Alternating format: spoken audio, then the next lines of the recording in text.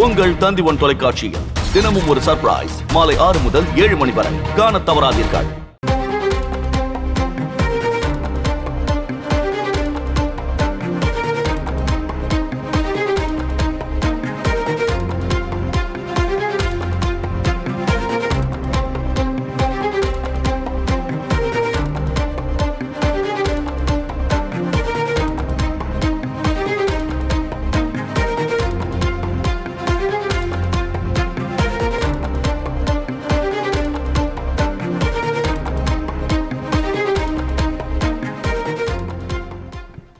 உத்தரகாண்டில் ஏற்பட்ட நிலச்சரிவில் சிக்கிய 30 தமிழர்கள் உடனடியாக மீட்கப்பட்டனர். முதல்வர் ஸ்டாலினின் உத்தரவின்படி தமிழக அரசு உடனடி நடவடிக்கை மேற்கொண்டிருக்கிறது.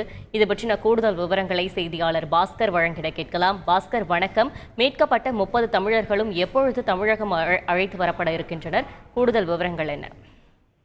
உத்தரகாண்ட் மாநிலம் ஆதி கைலாஸ் யாத்திரைக்கு கடலூர் மாவட்டத்திலிருந்து சிதம்பரம் வட்டத்தைச் சேர்ந்த 30 தமிழர்கள் திடீரென ஏற்பட்ட நிலச்சரிவு காரணமாக அங்கு சிக்கி தவித்தார்கள். இது தமிழக முதலமைச்சருடைய கவனத்துக்கு கொண்டு செல்லப்பட்டது. உடனடியாக மீட்பு நடவடிக்கைகள் என்பது தொடங்கியது. கடலூர் மாவட்ட நிர்வாகம் உத்தரகாண்ட் மாவட்ட நிர்வாகத்தை தொடர்பு கொண்டு மீட்பு பணிகளை கண்காணித்து வந்தார்கள்.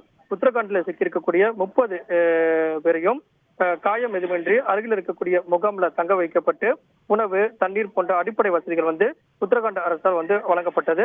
தமிழக முதலமைச்சர் இன்று காலை கூட முகாம் அலுவலகத்திலிருந்து உத்தரகாண்ட்ல சிக்கியிருக்கக்கூடிய தமிழர்களிடம் தொலைபேசியில் தொடர்பு கொண்டு கவலைப்பட வேண்டாம், விரைவில் மீட்பு நடவடிக்கைகள் மேற்கொள்ளப்படும் என்று உறுதியளித்திருந்தார். அதன் அடிப்படையில் மீட்பு நடவடிக்கைகள் மேற்கொள்ளப்பட்டது. அனைவருமே உத்தரகாண்ட் அரசால் இன்று காலை ஹெலிகாப்டர் மூலமாக மீட்பு பணிகள் துவங்கப்பட்டு முகாம்களில் இருக்கக்கூடிய 30 தமிழர்களும் பத்திரமாக மீட்கப்பட்டிருக்கிறார்கள் அப்படிங்கிறத தமிழக முதலமைச்சர் சுட்டிக்காட்டியிருக்கிறார்.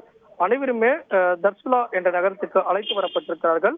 உத்தரகாண்ட் அரசு இது குறித்து தெரிவிக்கப்பட்டிருக்கிறது.